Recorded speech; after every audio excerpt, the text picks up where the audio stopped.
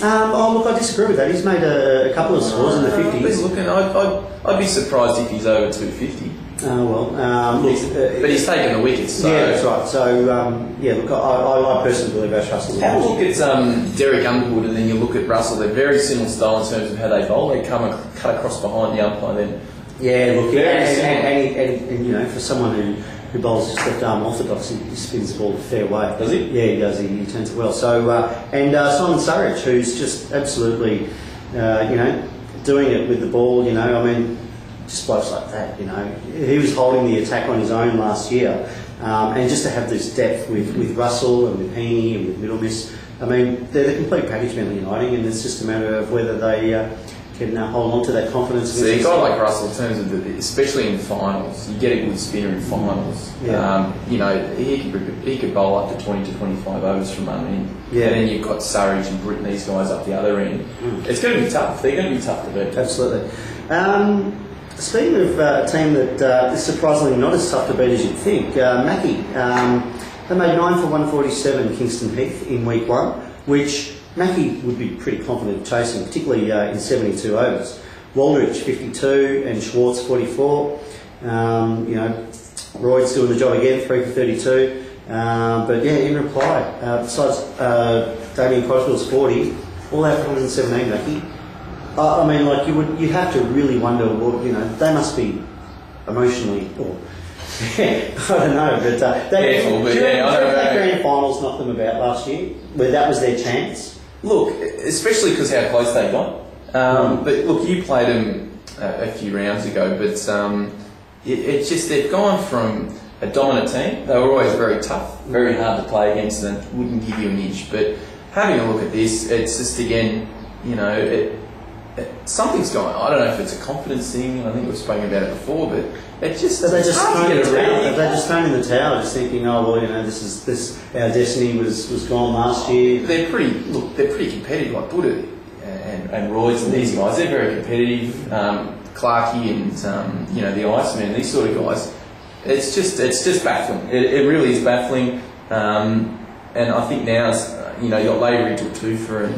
Nelson took 2 for it. I think it's just get these kids up and give them an opportunity to get some games under their belt. But it'll be interesting to find out what happens in the off season after such a. Adam, the fact is that they're not getting any younger too. The guys that they've relied on over the last few years, they're going to the end as well. Parks, Kinsellas, Clark, etc. And I think they've probably only lost Verrill from last year.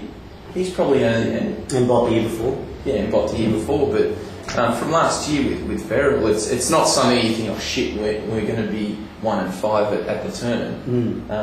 Because they lost Phil Verrill, but and they haven't they've played A&A, who've only won 2, played Kingston Heath, who've only won 1. And I don't know what their run home line is like. Well, they're playing this week. They're playing Union, so that won't be an easy game.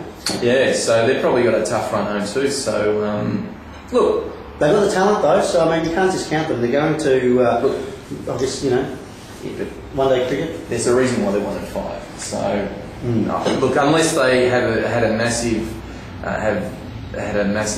training over the Christmas period, which I doubt, it just seems like it's a confidence thing. And I think, like you said, there's some mental scars from last year, and it's just maybe they're just being burnt out and they're tired, and they got to the last step, and maybe it's taking it from. Speaking of a club in a similar kind of mindset is West Bentley. They're also only on 1 win, and Carnegie South 8 for 213. Scotty Hamlin making 52 not out. Kulikov 44, Pereira 39, Gallagher 27. And in reply, West Bentley all out for 86, and that was on the back of Damien Casey making 40.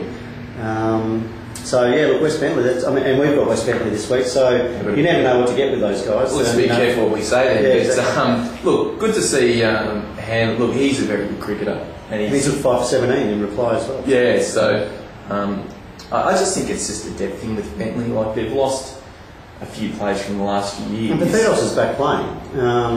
He played. He played 1 game.